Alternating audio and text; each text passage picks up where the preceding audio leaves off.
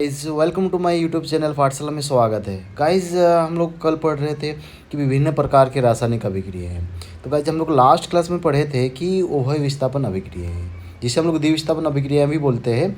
चलिए ठीक है, तो इसके बारे में थोड़ा सा आज हम लोग पढ़ लेते हैं कि ये द्विविस्थापन अभिक्रिया होती क्या है। ठीक है, तो द्विविस्थापन अभिक्रिया में हम लोग ये पढ़े थे कि इस अभिक्रिया के फलस्वरूप क्या होगा कि आयनों का यानी एक्सचेंज होगा या फिर आदान प्रदान बनेगा, आदान प्रदान होगा और दो नए यौगिक का निर्माण होगा।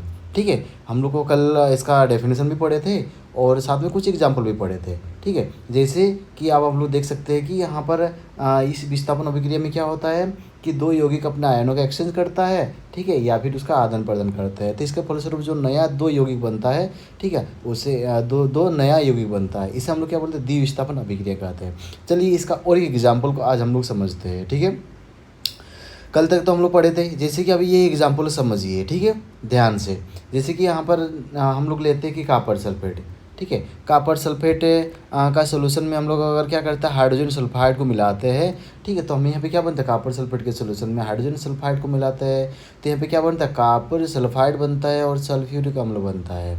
आप लोग यहाँ पे देख रहे हैं कि यहाँ पे जो क्या हुआ कि आपका जो कॉपर सल्फेट है, ठीक है, आपका यहाँ पे कॉपर सल्फेट जो है और कॉपर सल्फेट में प्लस चिन्ह और सल्फेट में माइनस है। ठीक है, इसी प्रकार से अगर देखते हैं तो हम लोग का क्या है, हाइड्रोजन सल्फाइड में हाइड्रोजन प्लस में और सल्फर मेरा माइनस में है।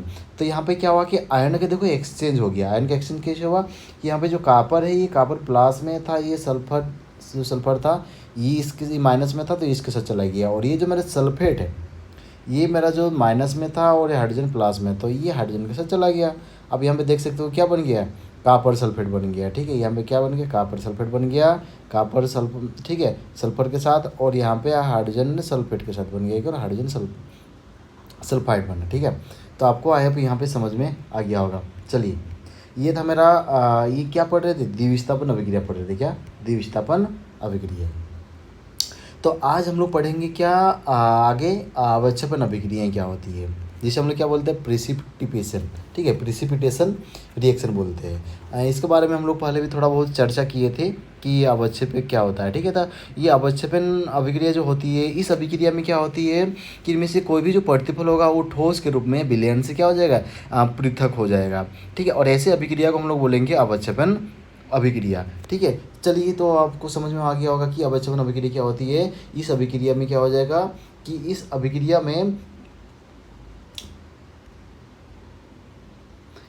में प्रतिफल जो होगा वो ठोस के रूप में विलयन से पृथक हो जाएगा, तो हम लोग उसे क्या बोलेंगे, अवक्षेपण अभिक्रिया। और जो ठोस विलयन जो होगा, जो विलयन ठोस के रूप में पृथक होगा उसे ही हम लोग बोलते हैं अवक्षेप। ठीक है, ठीक है, उसे हम लोग क्या बोलते हैं, अवक्षेप बोलते हैं। चलिए इसका हम लोग एग्जाम्पल समझते हैं। ठीक है, एक एग्जाम्पल है सोडियम क्लोराइड और सिल्वर नाइट्रेट। सोडियम क्लोराइड और सिल्वर नाइट्रेट के सोल्यूशन को जो हम लोग अभिक्रिया कराए तो हम लोग यहाँ पे क्या बना कि सिल्वर क्लोराइड बना और सोडियम नाइट्रेट बना। आप लोग यहाँ पे देख सकते हैं जो सिल्वर क्लोराइड है उसके नीचे मेरा क्या है, ऐसे तीर चिन्ह दिया हुआ है। इसका मतलब ये हुआ कि ये जो मेरा एरो है नीचे की ओर दिखा रहा है तो वो क्या बन रहा, प्रेसिपिटेट बन रहा है, अवक्षेप बन रहा है। ठीक है, अवक्षेप एक ठोस पदार्थ होता है और इस विलयन से वो क्या हो जाएगा, सोडियम नाइट्रेट के विलयन से वो नीचे पृथक हो जाएगा। ठीक है, तो इस अवक्षेपण अभिक्रिया में क्या होगा, हमेशा याद रखिएगा कि अगर अवक्षेपण अभिक्रिया होगा तो उसमें जो अवक्षेप होगा उसके वहाँ पे क्या होगा, एक तीर चिन्ह नीचे की ओर दिखाया जाएगा। तो हम लोग यहाँ पे बोल सकते हैं कि ये मेरा क्या है कि अवक्षेपण अभिक्रिया है। तो आप लोग यहाँ पे गौर कीजिएगा कि जो मेरा अवक्षेपण अभिक्रिया है तो इसमें भी आयनों का एक्सचेंज हुआ है। जैसे कि यहाँ पे क्या था, सोडियम क्लोराइड था और सिल्वर नाइट्रेट था। यहाँ पे क्या हुआ, सोडियम जो क्लोराइड था सोडियम प्लस था और नाइट्रेट में माइनस था, तो सोडियम नाइट्रेट में चला गया और यहाँ पे क्लोरीन जो चल गया वो मेरा किसके साथ चल गया, क्लोरीन मतलब सिल्वर के साथ चल गया। ठीक है, और ये बना सोडियम सिल्वर क्लोराइड बना और सोडियम नाइट्रेट बन गया। ठीक है, तो आपको यहाँ पे समझ में आ गया होगा। तो यहाँ पे क्या था कि ये मेरा क्या था, अवक्षेपण अभिक्रिया का एक एग्जाम्पल हम लोग यहाँ पे पढ़े। चलिए, आप लोग यहाँ पे देख सकते हैं कि यहाँ पे जो क्रियाकलाप है, ठीक है, इसमें आप लोग देख सकते हैं कि यहाँ पे क्या है कि यहाँ पर सोडियम क्लोराइड का विलयन है। इस सोडियम क्लोराइड का विलयन में हम लोग क्या करते हैं, सिल्वर नाइट्रेट का विलयन मिलाते हैं और इसको थोड़ा हम लोग क्या करते हैं, इसको अभी थोड़ा बहुत ये करते हैं तो इसमें से क्या निकलती है कि ये जो सोडियम नाइट्रेट बनता है और यहाँ पे सिल्वर क्लोराइड का अवक्षेपण नीचे क्या हो जाता है, यहाँ पे जमा हो जाता है। चलिए ठीक है, चलिए आगे चलते हैं। और उसके बाद हम लोग पढ़ते हैं उदासीनीकरण अभिक्रियाएं, ठीक है। इसको हम लोग बोलते हैं न्यूट्रलाइजेशन अभिक्रिया, ठीक है, रिएक्शन बोलते हैं। तो न्यूट्रलाइजेशन का मतलब समझ में आ रहा है कि कोई भी चीज़ को न्यूट्रल कर देना। तो इसमें क्या होता है, इस अभिक्रिया में क्या हो जाएगा, इस अभिक्रिया में अम्ल और जो क्षारक होगा, ठीक है, अम्ल और क्षारक अभिक्रिया होगा और अभिक्रिया के फलस्वरूप यहाँ पे क्या बनेगा, लवण बनेगा और जल बनेगा, ठीक है। तो अगर इस प्रकार का आपको अभिक्रिया दिखाई दिया जिसमें कि अम्ल है और क्षारक है और अभिक्रिया के फलस्वरूप वहाँ पे लवण और जल बन रहा है, तो आप समझ जाइएगा कि वो मेरा क्या उदासीनीकरण अभिक्रिया है, ठीक है। जैसे कि एग्जाम्पल आप समझिए कि ये मेरा क्या है, हाइड्रोक्लोरिक अम्ल है और सोडियम हाइड्रोक्साइड मेरा क्या है, क्षारक है। जैसे अभिक्रिया हुआ तो उसमें से क्या बना, एक मेरा लवण बना और एक मेरा क्या बन गया, जल बन गया, ठीक है। तो यहाँ पे आप समझ रहे कि यहाँ पे देखिए इस डेफिनेशन को मैं यहाँ पे हाईलाइट कर देता हूँ कि ये मेरे जो डेफिनेशन क्या है कि इस अभिक्रिया में क्या होगा, इस अभिक्रिया में कोई भी अम्ल, ठीक है, भस्म के साथ, भस्म को ही हम लोग यहाँ पे क्या बोलते हैं, क्षारक बोलते हैं, याद रखिएगा, ठीक है। भस्म को क्या बोलते हैं, क्षारक बोलते हैं, के साथ अभिक्रिया करके लवण और जल बनाता है, तो हम लोग उसे उदासीनीकरण अभिक्रिया कहते हैं। चलिए, जैसे कि यहाँ पे दूसरा एग्जांपल आपको देखिए, ये मेरा सल्फ्यूरिक अम्ल है और ये मेरा पोटेशियम हाइड्रोक्साइड है, ठीक है। सोडियम सल्फ्यूरिक अम्ल और पोटेशियम हाइड्रोक्साइड अभिक्रिया किया और यहाँ पे पोटेशियम सल्फेट बना और ये मेरा H2O बना गया, ठीक है। तो यहाँ पे मेरा पोटेशियम सल्फेट जो है लवण है और H2 मेरा जल है, तो हम लोग इसे क्या बोलेंगे, उदासीनीकरण अभिक्रिया। अब इस उदासीनीकरण अभिक्रिया हमको भी आप गौर से देखेंगे तो यहाँ पर भी क्या होता है, एक तरह से देखा जाए तो आयनों का ही एक्सचेंज हो रहा है यहाँ पर भी। जैसे कि यहाँ पे हाइड्रोजन था, तो हाइड्रोजन जो था, ठीक है, और ये हाइड्रोजन क्या हुआ कि यहाँ पर धन चिन्ह था, प्लस में था, तो ये किसका साथ यहाँ पे चेंज हुआ, नहीं किसके साथ जाके ये पे एक्सचेंज किया, हाइड्रोजन चल गया मेरा किसके साथ, तो OH के साथ चल गया, और क्लोरीन किसके साथ चल गया, सोडियम के साथ चल गया। तो यहाँ नहीं हम लोग यहाँ पे बोल सकते हैं कि यहाँ पर भी आयनों का एक्सचेंज हो रहा है, तो ये भी हम लोग बोल सकते हैं कि उदासीनीकरण अभिक्रिया भी मेरा द्विस्थापन अभिक्रिया है, ठीक है। यहाँ पर इस तरह से स्टेटमेंट का क्वेश्चन पूछा जाता है, ठीक है। और आपको यहाँ पे कन्फ्यूजन करने के लिए दिया रहेगा कि जो द्विस्थापन अभिक्रिया होती है, ठीक है, वो मेरे क्या होती है, द्विस्थापन अभिक्रिया को उदासीनीकरण अभिक्रिया भी बोल सकते हैं, उसे हम लोग अवक्षेपण अभिक्रिया भी बोल सकते हैं, ठीक है। चलिए आगे पढ़ते हैं, ठीक है, एक नई अभिक्रिया के बारे में। उसका नाम है प्रकाश रासायनिक अभिक्रिया। अब ये प्रकाश रासायनिक अभिक्रिया, इन शब्द को आपको देख के ही समझ में आ गया होगा कि इस अभिक्रिया में क्या हो सकता है। तो इस अभिक्रिया में क्या होगा, कोई भी इसमें जब अभिक्रिया होगी तो क्या होगा कि प्रकाश की उपस्थिति में ही होगा, ठीक है। इस रासायनिक अभिक्रिया में क्या होगा, जो भी अभिक्रिया होगा प्रकाश की उपस्थिति में होगा, ठीक है, अंधेरा में नहीं होगा, तो हम लोग उसे प्रकाश रासायनिक अभिक्रिया बोलेंगे, ठीक है। तो आप लोग के आई होप समझ में आ गया होगा कि प्रकाश रासायनिक अभिक्रिया में क्या होगा, प्रकाश की उपस्थिति में कोई भी रासायनिक अभिक्रिया होगा। चलिए अब इसका एग्जाम्पल हम लोग समझते हैं, ठीक है। जैसे एग्जाम्पल है, जैसे आप लोग देखेंगे यहाँ पे कि हाइड्रोजन और क्लोरीन, ठीक है, हाइड्रोजन और क्लोरीन, ठीक है, ये हाइड्रोजन और क्लोरीन जो है, ठीक है, जब इसको हम लोग क्या किया, हाइड्रोजन और क्लोरीन को प्रकाश की उपस्थिति में, किसकी उपस्थिति में, प्रकाश की उपस्थिति में जब हम लोग इसे रखे तो ये अभिक्रिया करके क्या बन गया, हाइड्रोजन क्लोराइड अम्ल बन गया। गाइस आप लोग यहाँ पे, ठीक है, आप यहाँ पे गौर कर रहे होंगे कि जैसे ही हम लोग यहाँ पे क्या किए, जैसे हम लोग हाइड्रोजन और क्लोरीन को प्रकाश की उपस्थिति में रखे तो ये क्या बन गया, ये मेरा बन गया कि हाइड्रोजन क्लोराइड अम्ल बन गया। और एक चीज़ आप लोग ये ध्यान दीजिए, ये तो मेरा प्रकाश रासायनिक अभिक्रिया हुआ ही प्रकाश की उपस्थिति में होने के कारण, लेकिन आप लोग यहाँ पे ये भी ध्यान दीजिए कि इसमें क्या हुआ कि दो मेरा यहाँ पे तत्व, ठीक है, या फिर हो सकता है कि अणु उस संयोग किया है और बन के एक नया यौगिक का निर्माण किया है, तो हम लोग इसे क्या बोलेंगे, संयोजन अभिक्रिया भी बोल सकते हैं, इसे क्या संयोजन अभिक्रिया भी बोल सकते हैं, ठीक है। चलिए इसी तरह से दूसरा एग्जांपल देखते हैं प्रकाश रासायनिक अभिक्रिया का। ये प्रकाश रासायनिक अभिक्रिया का दूसरा एग्जांपल ये है कि जो पौधे द्वारा जो प्रकाश संश्लेषण होता है वो भी प्रकाश रासायनिक अभिक्रिया होती है। जैसे जिसकी वो प्रकाश संश्लेषण का यहाँ पे जो रिएक्शन दिया हुआ है आप लोग देख सकते हैं यहाँ पे कि कार्बन डाइऑक्साइड जो मेरा है, ठीक है, और ये जल है, ये सूर्य प्रकाश की उपस्थिति में अभिक्रिया करती है और ग्लूकोज और ऑक्सीजन बनाती है। तो ये मेरा सूर्य प्रकाश की उपस्थिति में हुआ, तो ये मेरा क्या हुआ, प्रकाश रासायनिक अभिक्रिया हुआ, ठीक है। ये मेरा क्या हुआ, प्रकाश रासायनिक अभिक्रिया, जो प्रकाश संश्लेषण होता है वो प्रकाश रासायनिक अभिक्रिया होती है। और ये प्रीवियस ईयर में क्वेश्चन पूछा हुआ था, ठीक है, इसमें कोई रिएक्शन दिया हुआ था, उसे हमें क्या करना था, बैलेंस करना था, यानी संतुलित करना था। चलिए और दूसरा एग्जाम्पल हम लोग देखते हैं प्रकाश रासायनिक अभिक्रिया का।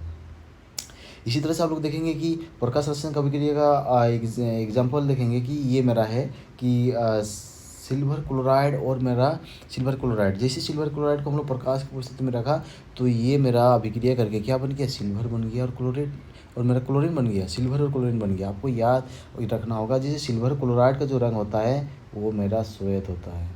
जैसे प्रकाश की उपस्थिति में रखा, ये सिल्वर का रंग जैसे बना वो कैसे बन गया, ये मेरा धूसर रंग बन गया, हल्का सा फीका कलर का बन गया।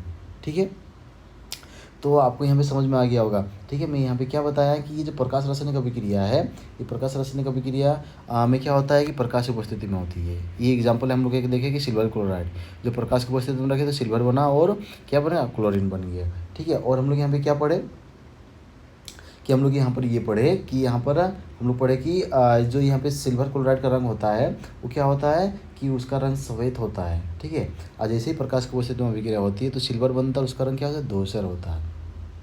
चलिए ठीक है, चलिए दूसरा एग्जांपल हम लोग देखते हैं। जैसे यहाँ पे सिल्वर ब्रोमाइड है। ठीक है, आप लोग यहाँ पे देखेंगे सिल्वर ब्रोमाइड, जैसे ही प्रकाश की उपस्थिति में रखा तो ये क्या बन गया, सिल्वर बना और ब्रोमीन बना। आप याद रखिएगा कि जो सिल्वर ब्रोमाइड है इसका उपयोग हम लोग कहाँ पे करते हैं, फोटोग्राफी में करते हैं। और ये एग्जाम में पूछा हुआ क्वेश्चन है कि फोटोग्राफी में किसका उपयोग किया जाता है, तो सिल्वर ब्रोमाइड का। ठीक है, जैसे सिल्वर ब्रोमाइड का उपयोग करते हैं जो तो प्रकाश की उपस्थिति में सिल्वर में और ब्रोमीन में चेंज हो जाता है। ठीक है, और तो उसके बाद आप देखेंगे कि यहाँ पे मेरा दूसरा एग्जांपल है सिल्वर आयोडाइड। प्रकाश की उपस्थिति में क्या बन रहा है, सिल्वर और आयोडीन बन रहा है। ठीक है, क्या बन रहा है, सिल्वर और आयोडीन बन रहा है। तो यानी सिल्वर ब्रोमाइड जो है ये क्या है, इसका उपयोग फोटोग्राफी में किया जाता है। चलिए, आपको समझ में यहाँ तक आ गया होगा। अब हम लोग पढ़ते हैं कि आगे ऑक्सीकरण और अभिकरण अभिक्रिया है। ठीक है, ये ऑक्सीकरण और अवकरण अभिक्रिया के बारे में हम लोग पढ़ते हैं। ठीक है, तो ऑक्सीकरण अभिक्रिया को और अवकरण को हम लोग क्या बोलते हैं, यहाँ पर उपचयन बोलते हैं, उपचयन। ठीक है, उपचयन किसको बोलते हैं, उपचयन बोलते हैं, हमारा ऑक्सीकरण को बोलते हैं। ठीक है, और यहाँ पर जो अवकरण है, अवकरण को हम लोग क्या बोलते हैं, उसे बोलते हैं अपचयन, बोलते हैं अपचयन। ठीक है, अपकरण को क्या बोलते हैं, अपचयन। तो हम लोग यहाँ पे क्या पढ़ेंगे कि ये उपचयन और अपचयन के बारे में पढ़ेंगे। ठीक है, आप यहाँ पे नोट कर लीजिएगा, ऑक्सीकरण को क्या बोलते हैं, उपचयन बोलते हैं, और अपकरण को अपचयन बोलते हैं। चलिए ठीक है, तो ऑक्सीकरण पहले हम लोग पढ़ेंगे कि ऑक्सीकरण है क्या, इसको हम लोग क्या बोलते हैं, उपचयन बोलते हैं। तो इस रासायनिक अभिक्रिया में क्या हो जाएगा कि तत्व या यौगिक से ऑक्सीजन का संयोग होगा, ऑक्सीजन का जोड़ होगा, और क्या होगा, या फिर किसी यौगिक से हाइड्रोजन का निष्कासन होगा। आपको इतना ध्यान रखना होगा कि अगर कोई अभिक्रिया है तो उसमें अगर ऑक्सीजन का योग हो रहा है, ठीक है, संयोग हो रहा है, ठीक है, और अगर या फिर किसी यौगिक से अगर हाइड्रोजन का निष्कासन हो रहा है तो हम लोग बोलेंगे कि वो ऑक्सीकरण अभिक्रिया है, यानी उपचयन है। चलिए हम लोग एक एग्जाम्पल के तहत समझते हैं। जैसे कि यहाँ पे कार्बन और ऑक्सीजन है। ठीक है, तो आप लोग देखते हैं कि कार्बन और ऑक्सीजन में यहाँ पे क्या हुआ कि ऑक्सीजन का संयोग हुआ है, किसके साथ हुआ है, तो यहाँ पे ऑक्सीजन का जो संयोग हुआ है, ऑक्सीजन का कार्बन के साथ ऑक्सीजन का संयोग हुआ और CO2 बना। तो हम लोग यहाँ पे क्या बोलेंगे, ऑक्सीकरण किसका हुआ, उपचयन किसका हुआ है, यानी कार्बन का हुआ। क्यों कि कार्बन में ही ऑक्सीजन आके संयोग किया है, तो यानी कार्बन का क्या हुआ, उपचयन हुआ।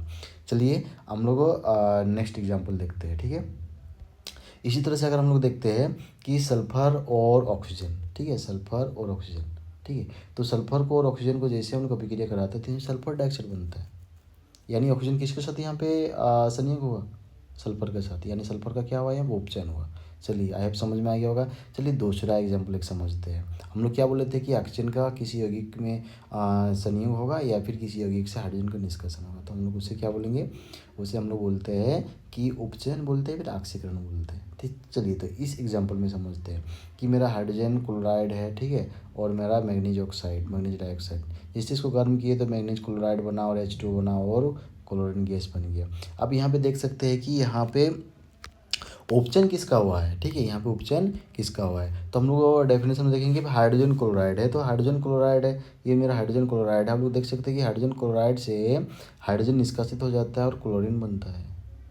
ठीक है, इसका मतलब क्या हुआ कि क्लोरीन बनता है, इसका मतलब ये हुआ कि यहाँ पर हाइड्रोजन क्लोराइड का क्या हुआ है, हाइड्रोजन क्लोराइड का यहाँ पे उपचयन हुआ है। क्या हुआ है, उपचयन हुआ है।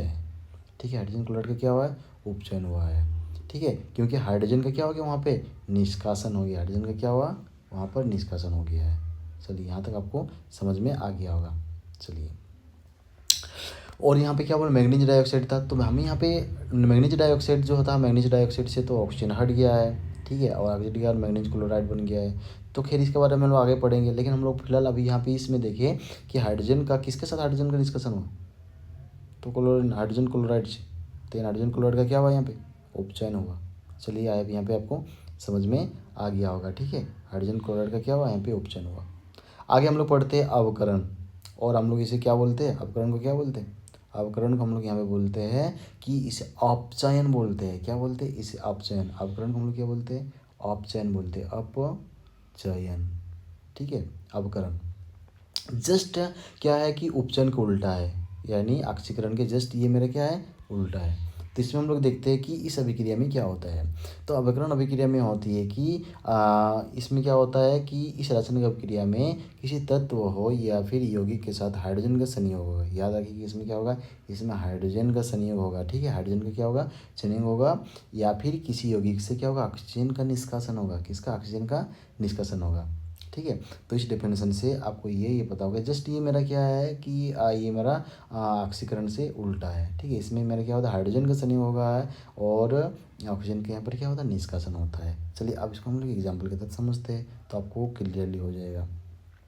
जैसे मेरा ये एग्जाम्पल देखिए, उदाहरण, ठीक है। इस उदाहरण में आप लोग देखेंगे कि H2 और O2 है, ठीक है। इसमें आप देखिए कि क्या हुआ कि इसमें H2 और O2 में क्या हुआ कि हाइड्रोजन का ऑक्सीजन के साथ क्या हुआ, संयोग होगा।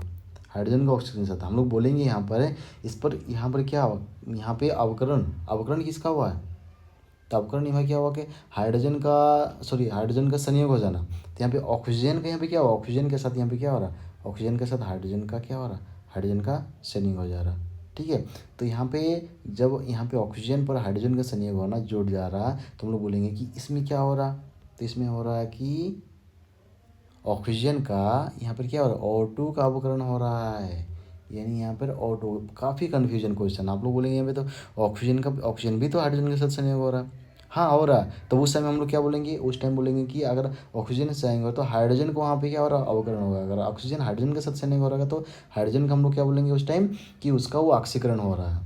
लेकिन अब यहाँ पे बोलेंगे कि ये जो हाइड्रोजन ऑक्सीजन के साथ संयोग हो रहा है, तो हम लोग बोलेंगे कि ऑक्सीजन का क्या हो रहा है, कि ऑक्सीजन का भी यहाँ पे क्या हो रहा है, कि यहाँ पे उसका अवकरण हो रहा है, क्योंकि उसके साथ मेरा हाइड्रोजन क्या हो जा रहा, जुड़ जा रहा, ठीक है। चलिए आपको यहाँ पे समझ में आ गया होगा, नहीं समझ में आया तो ज़रूर आप लोग कमेंट कीजिए। चैनल को अगर नए हैं तो ज़रूर सब्सक्राइब कीजिएगा, आपके लिए मैं ये सेशन लाया हूँ बड़ी मेहनत के साथ, ठीक है, ताकि आप भी मेरे तरह से आप भी अब एग्ज़ाम में क्वालिफाई करें और सिलेक्शन और नौकरी एक पक्का कर लें।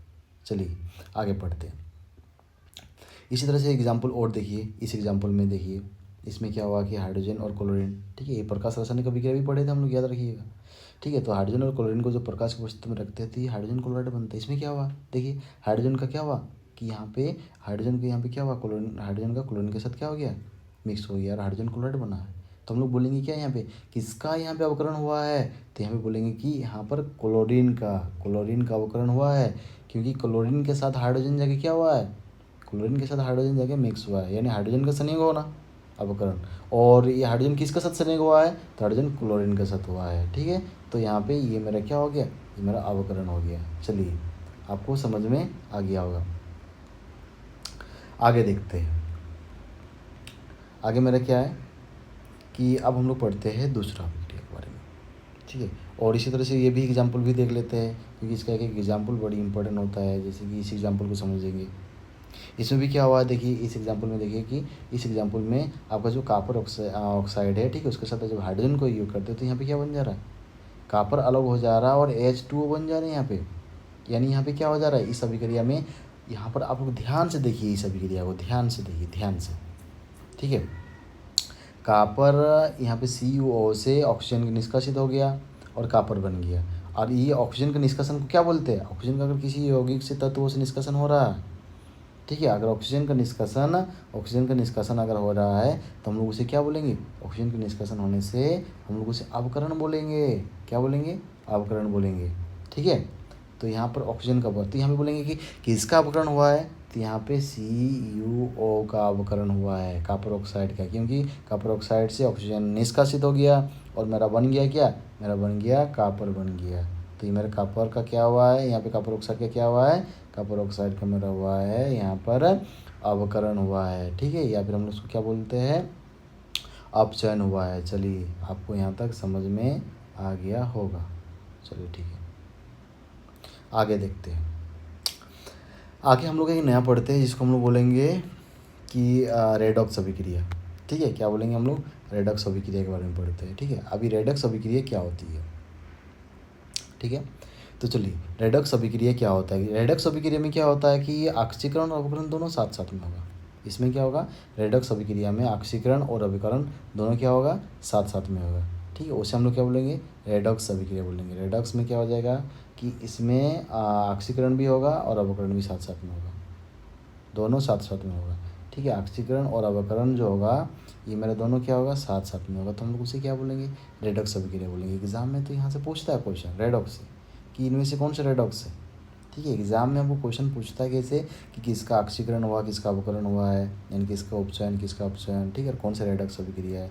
तो याद रखिए रेडॉक्स अभिक्रिया में क्या होता है कि दोनों ऑक्सीकरण भी और अवकरण यानी उपचयन और अपचयन दोनों साथ में होता है। ठीक है, चलिए तो आप रेडॉक्स के बारे में देखते हैं। ठीक है, ये रेडॉक्स अभिक्रिया क्या होती है। रेडॉक्स अभिक्रिया में क्या होती है, रेडॉक्स, ठीक है, रेडॉक्स, रेडॉक्स। चलिए ठीक है, तो रेडॉक्स के बारे में हम लोग देखते हैं कि रेडॉक्स अभिक्रिया क्या होती है। तो ये रेडॉक्स अभिक्रिया में क्या होता है, ऑक्सीकरण अवकरण दोनों प्रक्रियाएं साथ साथ होती है, दोनों प्रक्रियाएं साथ साथ होती है। ठीक है, इसमें ना तो अकेले ऑक्सीकरण होती है ना तो अवकरण होती है, दोनों प्रक्रिया सदैव साथ साथ होती है। तो हम लोग उसे क्या बोलते हैं, उसे बोलते हैं हम लोग रेडॉक्स अभिक्रिया। ठीक है, उसे क्या बोलते हैं, रेडॉक्स। ठीक है, रेडॉक्स अभिक्रिया बोलते हैं। चलिए अब आप रेडॉक्स के एग्जाम्पल के तहत समझते तो आपको काफ़ी ज़्यादा क्लियर हो जाएगी रेडॉक्स का एक उदाहरण। देखो अब यहाँ पे रेडॉक्स का एग्जाम्पल, यहाँ पे आप ध्यान से देखिए। ठीक है, रेडॉक्स इसमें क्या होता है कि जैसे कि एग्जाम्पल कॉपर ऑक्साइड है, कॉपर ऑक्साइड है और ये मेरा हाइड्रोजन है। ठीक है, अब यहाँ पे क्या हुआ कि कॉपर ऑक्साइड से ऑक्सीजन का निष्कासन होना और कॉपर बन गया। अब इस हाइड्रोजन से क्या हुआ कि इस हाइड्रोजन से मेरा क्या बन गया, ये जो मेरा हाइड्रोजन था इस हाइड्रोजन से मेरा क्या हुआ, देखिए ऑक्सीजन का संयोग हुआ। ध्यान से देखिए, तो कॉपर से कॉपर ऑक्साइड से ऑक्सीजन का निष्कासन होना, ऑक्सीजन का जब निष्कासन होता है हमें याद रखिएगा ऑक्सीजन का निष्कासन अवकरण बोलते हैं, अपचयन बोलते हैं, यानी कॉपर ऑक्साइड का अपचयन हुआ है। और हाइड्रोजन में क्या हुआ कि यहाँ पे ऑक्सीजन का संयोग हुआ गया है।